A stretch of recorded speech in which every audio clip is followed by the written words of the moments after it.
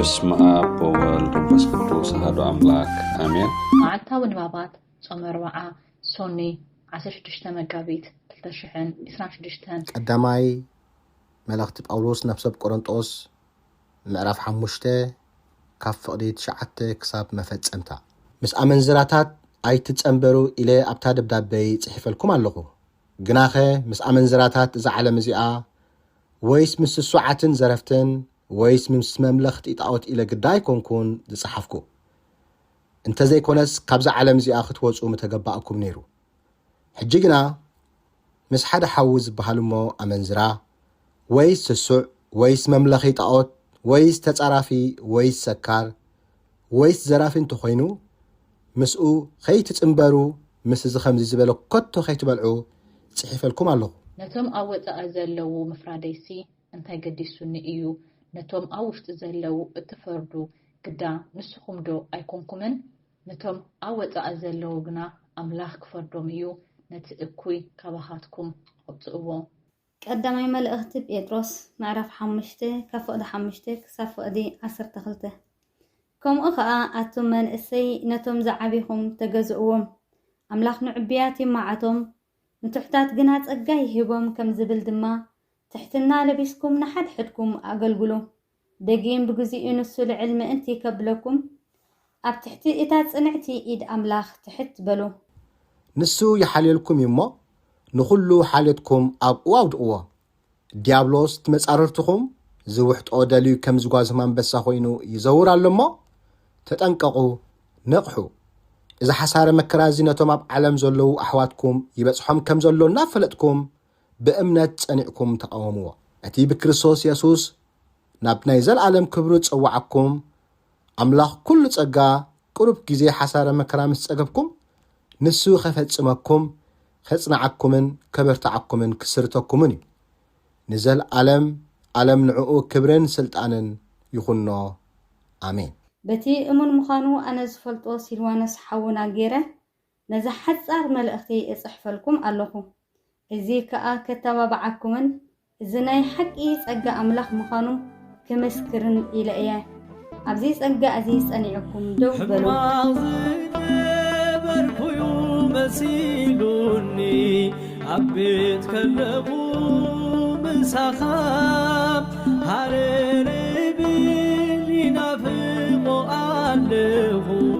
حج اسمامو حوفوها ببحادك الجلي بلني كتحرك مالين كلخا أبوهي عيرخبون حادك وفكارك مخا كبرها ورات نعرف كلتا كفقد 38 كسافت عمي بيتروس كأ تتسفى نعخاتكم من ندقكم من نتوم أبرحو زلو كلهم እግዚአብሔር أملاخنا زتصوعهم زبلون إيو توهب أمو تنسحو نفس وكفكم كأ باسم يسوع كريستوس نحرقت حاتيات يتأمق هياب منفس قدسون كتقبلوا يخون بلوم مخنياتو اتتسفى نأخاتكم من ندقكم من نتوم እግዚአብሔር أملاخنا كصوعهم زلو أبرحو زلوون إيوز بخالق بزح قالاتون أصبقوا مسكرلهم كابزك أنان ولدو إزي دحنو النبلون معدم وتم شعونتي قالوا زتقبلوا تتأمكم بتا معلتي إتي آدما 3 شحز أخلو أمنتي توسخوهم نساتم كأ بتمهرتي هوارياتن حبيرون بمنبارن بمقراس انجيران بصولاتن صنيعهم نبرو أب كله نفسي فرحات كونه بزوح تأمراتن تأمرتاتن دما بهوارات تجبره توم زعمانو كلاتهم كأ بحنسا نبرو زلوهم كل بركي نبرة مريتومن طريتومن يشطو نخلهم كأكد كم زاد اليوم يمقلوهم نبرو أبتد صباح بحبرت أبيت مقدس كي قارتو تانيهم يأكبو نبرو أبايتين جيران نقرسو بحقوسن بقروف لبن نأملخ النامسكنو بحنسا أخوينهم يبلعو نبرو أبكل هزبخاء عدل نبروم اكزاب هدما زدحنو أبتد صباح نفتا محبر وسخ نبرا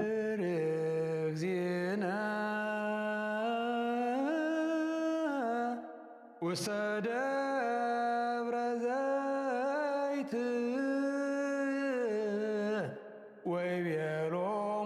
ወንጌል ሉቃስ ምዕራፍ 15 ከፍቕዲ 11 ክሳብ ፍጻሜ። በለ ድማ ንሓደ ሰብኣይ ክልተ ደቂ ነበርዎ።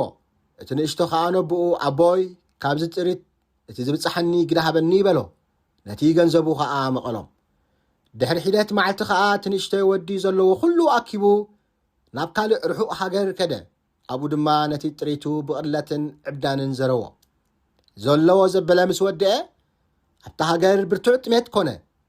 ንሱ ከዓ ክስእን ጀመረ። ካይዱ ምስ ሓደ ካብ ደቂ እቲ ሃገር ተወዓዓለ። ንሱ ከዓ ሓሰማታት ክጓሲ ናብ ምድሪ ሰደዶ።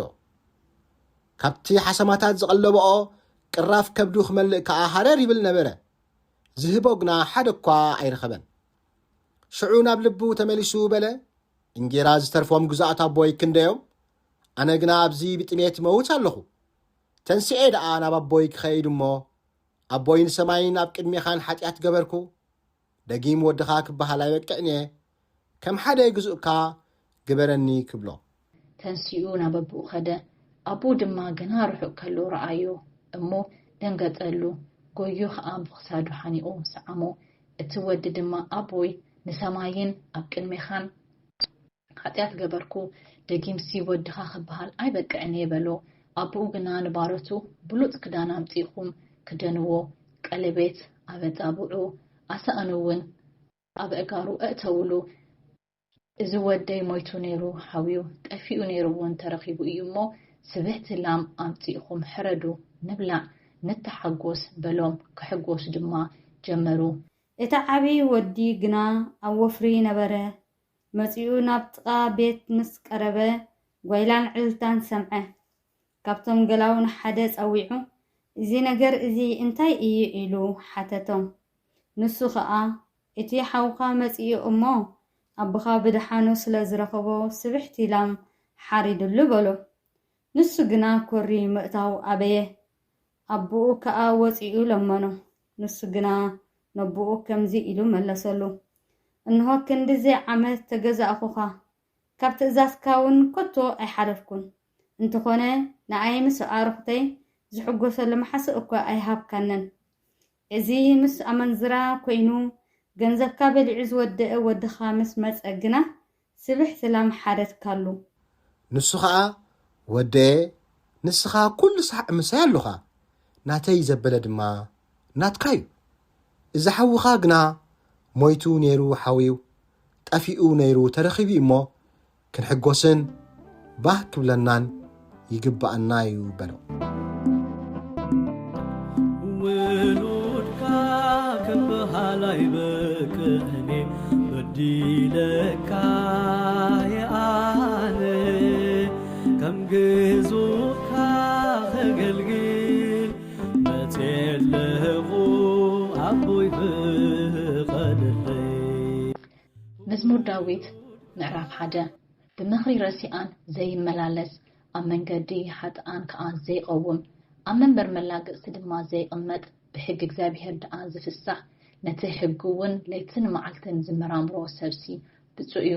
ንሱ ከምታ ፍርያ በቢግዜኣ እትህብ ቆፅላኻ ዘይረግፍ ኣብ ወሰን ወሓዚ ማይ እተተኽለት ኦም ይኸውን። ዝገብሮ ኩሉ እውን ይሰልጦ። እቶም ረሲኣን ከምቲ ንፋስ ዝብትኖም ቡቕቡቕ እዮም እምበር ከምዚ ኣይኮኑን።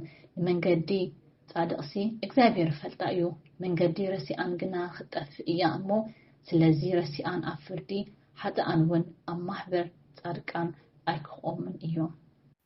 ምኽሪ ክፉኣት ሰባት ዘይሰምዕ መንገዲ ሓጥኣን ከዓ ዘይከይድ ኣብ ኣኼባ መላገፅቲ ድማ ዘይጽንበር እኳ ደኣ ብሕጊ እግዚኣብሔር ብምእዛዝ ዝሕጎስ ነቲ ሕጉን ለይትን መዓልትን ዘስተንትኖ ሰብ ዕውት ብፁዕ እዩ። ንሱ ከምታ በብእዋኑ ፍሪኣ እትህብ ቆፅላ ዘይነቅጽ ኣብ ወሰን ወሓይዝ ማይ ዝተተኽለት ኦም እዩ። ዝገብሮ ኩሉ እውን ይሰልጦ። እቶም ክፉኣት ሰባት ከምቲ ንፋስ ዝብትኖም ቡቕቡቕ እዮም እምበር ከምዚ ኣይኮኑን። ክፉኣት ሰባት እግዚኣብሔር ክኹንኖም እዩ፣ ሓጥኣን እውን ኣብ ማሕበር ጻድቃን ኣይክቖምን እዮም። ከመይ እግዚኣብሔር ንጻድቃን ይመርሖምን ይሕልዎምን እዩ፣ ክፉኣት ሰባት ግና ክጠፍኡ እዮም። ብምኽሪ ረሲኣን ዘይመላለስ ኣብ መንገዲ ሓጥኣን ከዓ ዘይቀውም ኣብ መንበር መላገፅቲ ድማ ዘይቅመጥ بحجي እግዚአብሔር دعا زفسا نتحقون ليتن معلتن زمرامرو سبسي بصوي نسو خمتا فريقا ببጊዜያት ትህብ ቆጽላ ኸዓ ዘይረግፍ ኣብ ወሰን ወሓዝ ማይ ተተኽለት ኦም ይኸውን ዝገብሮ ኩሉውን ይሰልጦ እቶም ረሲኣን ከምቲ ንፋስ ዝብትኖም ብቕቡቕ እዮም እምበር ከምዚ ኣይኮኑን ንመንገዲ ጻድቃንሲ እግዚኣብሔር ይፈልጣዩ መንገዲ ረሲኣን ግና ክትጠፍያ እሞ ስለዚ ረሲኣን ኣብ ፍርዲ ሓጣኣን እውን ኣብ ማሕበር ጻድቃን ኣይከኦሙን እዮም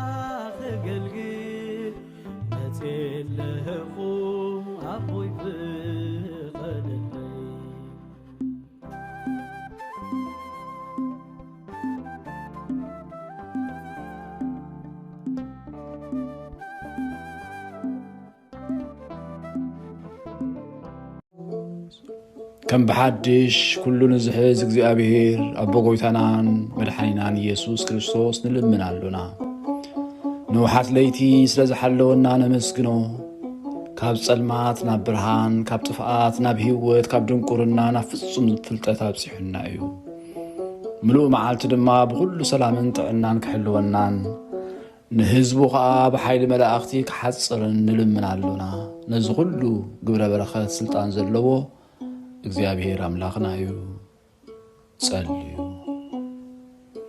ኦ ንኹሉ ትሕዝ ጎይታ ንውሓት ለይቲ ዝሓለኸና ንስኻ ኢኻሞ ምሉእ መዓልቲ ድማ ብኩሉ ሰላምን ብድሓንን ከም እንውዕል ግበረና ኦ ንኹሉ ትሕዝ ጎይታ ሩሕሩሕ መራሒ መላእኽካ ስለደልና ከም ዕቤት ፍቕርኻ ይቕረበለልና ከም ብዝሕ ምሕረትካ ድማ ኣበሳና ደምስስ ካባና ንሓደ እኳ ካብ ጸጋኻ ውፅኡን ፍሉይናይ ዝግበር ምእንትቲ ኣብ ልዕሊና ዝተሰመየ ዓብዪ ስምካ ኢልካ ይቕረበለልና ናይ ትሕደገናን ኣብ ቅድሚኻን ኣብ ቅድሚ ክርስቶስ ወድኻን መጎስ ክንረክብ ሃበና ምስኡን ምስ መንፈስ ቅዱስን ምስጋናን ጽንዓትን ብኡ ዘሎ ካሎምን ኩሉ ሰዓን ዘለዓለመ ዓለምን ኣሜን